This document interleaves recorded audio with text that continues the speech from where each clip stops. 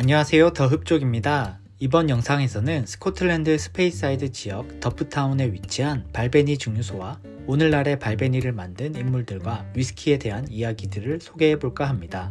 먼저 발베니라는 귀여운 이름은 게일어로 행운의 마을이라는 의미를 가지고 있는데요. 달달한 맛이 매력적인 발베니 위스키이기에 행운의 마을이라는 이름은 왠지 잘 어울리는 느낌입니다. 그럼 모두들 행운의 마을로 함께 떠나보실까요?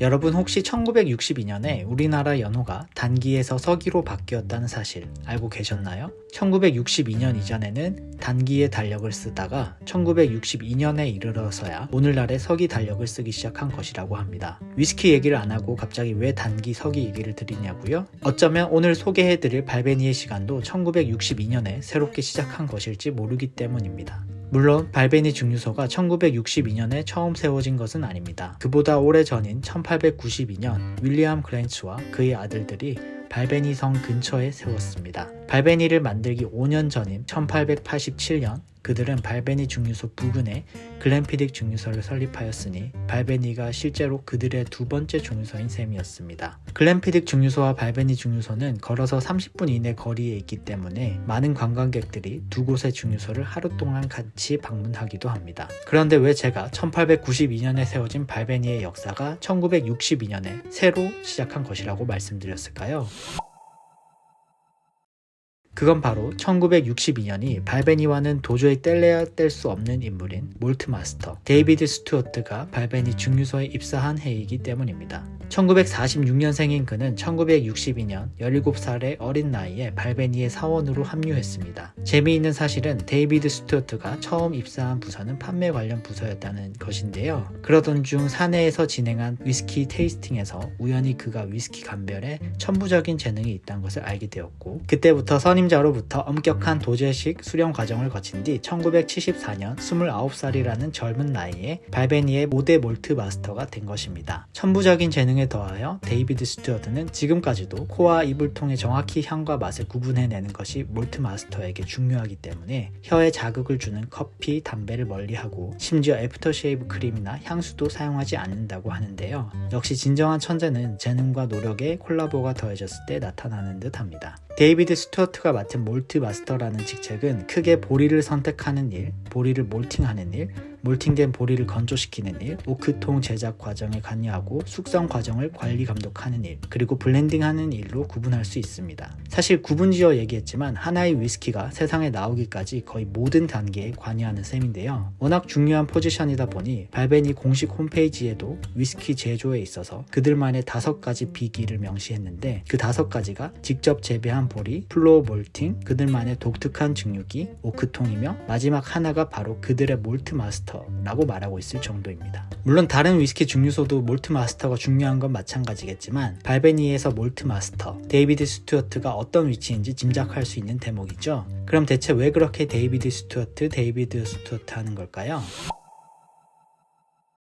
라프로익 10년 쉐리 오크 피니쉬, 글렌알라키 13년 마데이라 우드 피니쉬. 위스키를 보다 보면 이렇게 무슨 피니쉬라는 형태의 이름을 많이 보셨을 텐데요. 이러한 위스키가 모두 이른바 캐스크 피니쉬 숙성 기법을 사용한 것들입니다. 즉 하나의 오크통에서 원액을 숙성하다가 마지막 과정에서는 그 원액을 다른 특성의 오크통으로 옮겨서 숙성하는 기법을 의미합니다. 오늘날에는 많은 증류소와 위스키들에 일반적으로 사용되는 방식이지만 1980년대까지만 하더라도 이는 매우 생소한 개념이었습니다. 바로 이 캐스크 피니쉬 숙성 기법을 위스키 업계에 본격적으로 도입하고 체계화한 것이 발베니의 마스터 데이비드 스튜어트였습니다. 스튜어트가 1983년 발베니 클래식을 내놓고 1993년에는 더블우드 12년을 출시함으로써 캐스크 피니쉬를 활용하는 것이 본격화된 것인데요. 실제로 데이비드 스튜어트 그 자신도 위스키 매거진과의 인터뷰에서 60년 가까운 세월을 발베니에서 일하면서 캐스크 피니쉬로 더블우드를 탄생시킨 순간을 가장 자랑스러운 순간으로 꼽았습니다. 발베니 역시 그들의 코어 위스키 라인업의 이름을 캐스크 피니쉬 라인업이라고 명명하여 이에 대한 자긍심을 보여주고 있는데요. 캐스크 피니쉬의 대표이자 지금도 발베니 위스키의 입문 교과서라고도 할 수 있는 발베니 더블우드 12년을 비롯하여 발베니 캐러비안 캐스크 14년, 발베니 프렌치 오크 16년, 그리고 발베니 포트우드 21년 4가지 기본 라인업 모두 캐스크 피니쉬 방식을 사용하여 생산해냈습니다. 한 가지 공통점은 네 가지 위스키 모두 처음에는 아메리칸 버번 위스키를 만들었던 오크통을 베이스로 숙성한 후에 각기 다른 캐스크, 즉 쉐리 와인, 캐리비안 럼, 화이트 와인, 포트 와인 캐스크에 추가로 2차 숙성하여 새로운 향과 맛을 입혔다는 점입니다. 발베니 기본 라인업에 대한 소개는 예전에 쇼츠 영상에도 올려두었으니 함께 참조해 주시면 좋을 것 같습니다. 이 중 발베니 프렌치 오크 16년은 지금은 단종된 더블우드 17년을 대체하여 새로 기본 라인업에 편성된 제품인데요. 이게 데이비드 스튜어트의 개인적인 취향이 적극 반영된 위스키 중 하나가 아닐까 싶습니다. 왜냐하면 스튜어트가 평소 프랑스 화이트 와인과 기네스 맥주를 매우 즐긴다고 전해지기 때문입니다. 프랑스 하면 꼬냑, 와인의 이미지가 강해서 스카치 위스키를 연상하기가 좀 힘든 부분도 있는데 사실 전 세계 스카치 소비량 1위 국가가 바로 프랑스라고도 합니다. 데이비드 스튜어트가 기네스 맥주도 좋아하기 때문에 분명 블렌딩이나 숙성 테스트는 해봤을 것 같은데 개인적으로 발베니와 기네스 맥주를 콜라보한 위스키도 상품화되어서 빨리 출시되었으면 하는 바람입니다. 이뿐만이 아닙니다. 데이비드 스튜어트는 위스키 생산에 있어 솔레라 시스템을 적극 활용한 공로도 인정받고 있습니다. 솔레라 방식은 본래 쉐리 와인 생산을 위해 스페인에서 개발된 혼합 숙성 기술인데요. 오크통을 피라미드처럼 쌓아 올려서 보관하되 가장 최신의 오크통을 위에 올리고 가장 오래된 오크통은 아래에 둔 상태에 보관하면서 오래된 오크통의 원액을 조금 가져와 최신 오크통에 넣어 조금씩 혼합 숙성하는 방식입니다. 이렇게 하면 새로운 오크통에서도 오래 숙성한 원액의 풍미를 함께 느낄 수 있게 되는데요. 스튜어트는 1990년대 스페인 쉐리 보드가를 방문할 당시부터 솔레라 방식에 관심을 갖게 되었고 2000년대 초부터는 발베니만의 솔레라 기법을 실험하기 시작했습니다. 마치 오래된 수제 만두집에서 반죽의 일부를 항상 떼어놓고 새로운 반죽이랑 섞어서 사용하면서 일정 수준 비슷한 맛의 반죽을 유지하는 것처럼 데이비드 스튜어트 역시 발베니 위스키만의 맛의 일관성을 유지하기 위해 솔레라 기법을 활용했습니다. 발베니뿐만 아니라 앞에서 언급드린 윌리엄 그랜츠사의 글렌피딕 증류소의 글렌피딕 15년 역시 이러한 솔레라 방식을 활용하여 생산한 위스키입니다. 결국 이게 오래된 원액과 새로운 원액을 잘 섞는다는 얘기인데 말이 쉽지만 수많은 오크통에서 원액을 고르고 또 그 원액의 비율을 맞추고 다시 숙성 기간을 체크해서 맛을 잘 뽑아내는 건 결국 고도로 훈련된 몰트 마스터만이 할 수 있는 일이겠죠. 그 어려운 걸 데이비드 스튜어트가 해낸다고 보시면 됩니다. 또 발베니 증류소에는 튠이라고 하는 일반 오크통보다 훨씬 거대한 배럴이 있는데요. 이 튠에 희귀한 원액을 넣어서 블렌딩하는 것을 그들은 결혼한다라고 표현합니다. 2010년에는 이 튠 중에서 용량 1400리터짜리 이른바 1401 튠에서 배합한 튠 1401 배치 1 위스키를 출시했는데요. 이 튠에는 최소 21년은 숙성된 원액이어야지만 들어갈 수 있습니다. 또한 애초에 워낙 희소한 발베니의 원액들을 블렌딩한 것이기에 물을 타지 않는 원액, 즉 캐스크 스트렝스 버전으로 출시되었기 때문에 발베니 애호가들과 수집가들 사이에 엄청난 인기를 끌었습니다. 2014년부터는 무려 용량 9,000리터짜리 튠 1509에서 블렌딩하는 튠 1509 시리즈가 소수의 배치로 매년 출시되고 있습니다. 이러한 발베니, 더 나아가 위스키 산업에서의 공로로 데이비드 스튜어트는 ISC, IWSC 등 수많은 위스키 업계에서의 수상은 물론이거니와 2016년에는 당시 영국 여왕이었던 엘리자베스 2세로부터 MBE 칭호를 수여받았습니다. MBE는 영국 왕실에서 사회 문화적으로 큰 영향을 끼치며 공헌한 업계의 장인들에게 왕실에서 수여하는 직위 중 하나입니다. 위스키 업계에서는 데이비드 스튜어트 이외에 더 노즈인 리처드 패터슨이 MBE를 수여받았습니다. 참고로 위스키 업계 종사자 이외로는 손흥민 선수와 한상 케미를 자랑하는 토트넘 하스퍼의 스트라이커 해리 케인, 리버풀의 심장 스티븐 제라드, 가수 아델 등이 역시 MBE를 받았다고 합니다. 지금까지 데이비드 스튜어트를 중심으로 발베니 위스키를 한번 살펴봤는데요.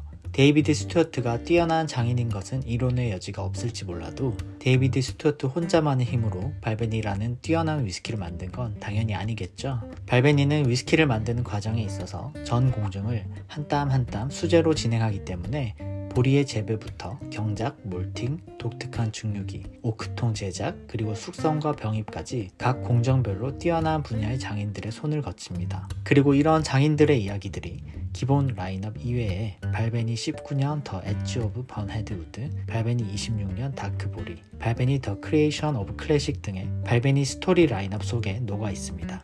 예를 들어 2018년에 출시된 발베니 26년 다크보리는 해당 위스키의 생산에 사용되는 메가보리의 독특한 품종을 의미하는데요. 비어라고 불리는 이 보리 품종은 오크니 제도의 윌리엄 심슨이라는 농부의 농장에서만 재배된다고 합니다. 보통 위스키를 만들 때는 잘 사용하지 않았던 품종인데 발베니가 윌리엄 심슨 농부와 콜라보하여 이 보리만을 사용해서 내놓은 제품이 발베니 26년 다크보리입니다.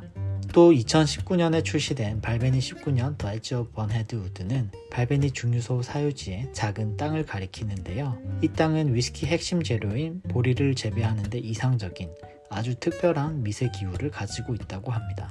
역시 여기에서 수확한 보리로만 만든 위스키가 바로 19년 더 엣지 오브 번헤드 우드입니다. 이렇게 발베니가 지금의 그들을 있게 한 고유의 땅과 보리, 그것을 경작하는 장인들에 대한 헌사를 스토리라인에 녹아내린 것을 확인할 수 있었는데요. 위스키에 들어가는 재료와 그것을 만드는 장인들에 대한 이야기뿐만 아니라 발베니 증류소를 둘러싼 역사나 오늘날 발베니가 하고 있는 새로운 시도들에 대한 이야기도 발베니 더 세컨드 레드 로즈나 발베니 위크 오브 피트 같은 다양한 스토리라인 위스키들을 통해서 확인할 수 있습니다. 그리고 이러한 발베니 스토리 라인업의 위스키 병과 케이스의 라벨 작업들은 모두 영국의 판화가 앤디 러브웰의 작품이라고 하는데요. 장인들의 위스키라는 이미지가 확고한 발베니이기에 라벨 작업 역시 수제 미술 작품으로 공을 들인 것을 알 수 있습니다.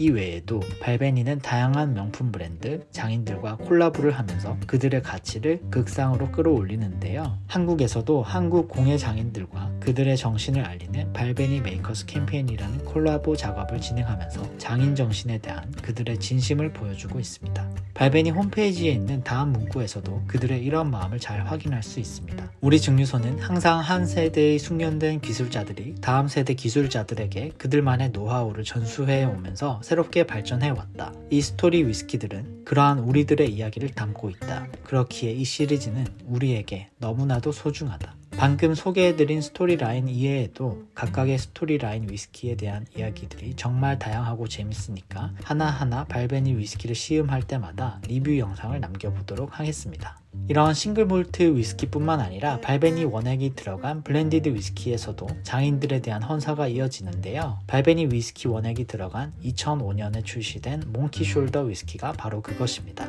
앞서 위스키를 만들기 위해서는 보리를 발화시킨 후 그것을 건조시켜야 한다고 말씀드렸는데요. 현대화된 대부분 위스키 증류소에서는 건조 과정에서 기계를 사용해서 보리를 뒤집는 반면 스프링뱅크, 보모어 등 소수의 증류소는 여전히 플로우 몰팅, 즉 사람이 직접 건조장에 들어가서 몰트를 뒤집으며 건조를 시키는 전통적인 방식을 이용합니다. 발베니도 이 플로우 몰팅을 하는 증류소 중 하나이고요. 당연히 기계로 하는 것보다 시간이 더 많이 소요되고 힘도 들지만 그만큼 위스키에 독특한 풍미를 가미할 수 있다고 하는데요. 이때 건조장에서 몰트를 삽으로 뒤집는 사람들을 몰트맨이라고 부릅니다. 그리고 그들이 워낙 힘들게 몰트를 뒤적이다 보니 어깨가 아래로 처지고 휘어지는 직업병을 얻는데 그 모습이 마치 원숭이와 닮았다고 몽키 숄더라고 부른다고 합니다. 몽키라는 이름이 얼핏 조롱하는 거라 생각할 수도 있지만 조롱이 아니라 몰트맨들의 위스키에 대한 희생과 헌신에 대한 노고를 기리는 의미를 갖고 있습니다.